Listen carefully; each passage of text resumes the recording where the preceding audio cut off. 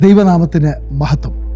ഉൽപ്പത്തി പുസ്തകം 3-ാമത്തെ അധ്യായത്തിൽ സാത്താൻ പാമ്പിൻ്റെ രൂപത്തിൽ ഏദൻ തോട്ടത്തിൽ കടന്നു ചെല്ലുകയും മനുഷ്യനെ വഞ്ചിക്കുന്നതുമായിട്ടുള്ള കാര്യമാണ് പരാമർശിച്ചിരിക്കുന്നത്.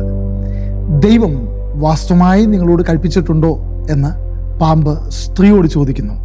സ്ത്രീ അതിനുത്തരമായി ദൈവം കൽപ്പിച്ചിട്ടുണ്ട്. ആ കൽപ്പനയിൽ എന്താണ് ശിക്ഷ എന്നൊക്കെ പാമ്പിനോട് സംസാരിക്കുന്നു.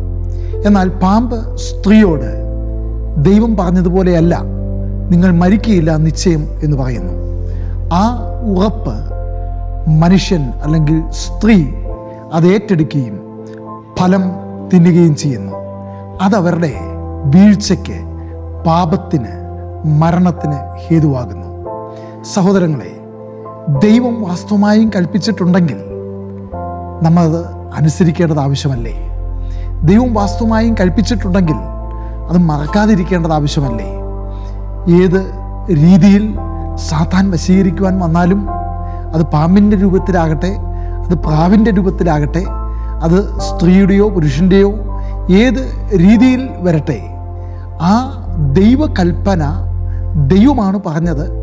അതിൻ്റെ ശിക്ഷ എന്താണ് എന്നുള്ളത് മനസ്സിലാക്കിക്കൊണ്ട് നമ്മെ വശീകരിക്കുന്ന ശക്തിയിൽ നിന്നും മാറി നിൽക്കേണ്ടത് ഏറ്റവും ആവശ്യമാണ്. ഇവിടെ സ്ത്രീയെ പാമ്പ്, സാത്താൻ ഉപായ രൂപേണ വശീകരിക്കുന്നു. ആ വശീകരണ തന്ത്രത്തിൽ മുഴു ലോകവും പാപത്തിലാകുന്നു.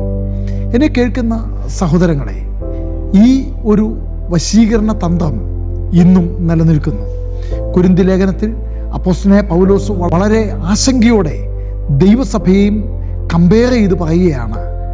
അതേ, ഏദൻ തോട്ടത്തിൽ സാത്താൻ ഹവ്വയെ അല്ലെങ്കിൽ മനുഷ്യനെ വശീകരിച്ചതുപോലെ, പാപത്തിലേക്ക് തള്ളിയിടുവാൻ തന്ത്രം മെനഞ്ഞതുപോലെ ദൈവസഭയെ വശീകരിക്കുവാൻ, അതേ ദൈവസഭയെ നശിപ്പിച്ച് കളയുവാൻ സാത്താൻ തന്ത്രങ്ങൾ മെനയുന്നു. നമുക്ക് നമ്മെ തന്നെ ഒന്ന് ശോധന ചെയ്യാം. ദൈവമാണ് കൽപ്പിച്ചതെങ്കിൽ ആ കൽപ്പനയ്ക്ക് നമുക്ക് പ്രാധാന്യം കൊടുക്കാം. ആ ദൈവകൽപ്പന അനുസരിക്കാത്ത ആരെങ്കിലും എന്നെ കേൾക്കുന്നെങ്കിൽ, ദൈവം സംസാരിച്ചതിനെ നമുക്ക് ചോദ്യം ചെയ്യുവാനോ നമുക്ക് അംഗീകരിക്കാതിരിക്കുവാനോ കഴിയില്ല.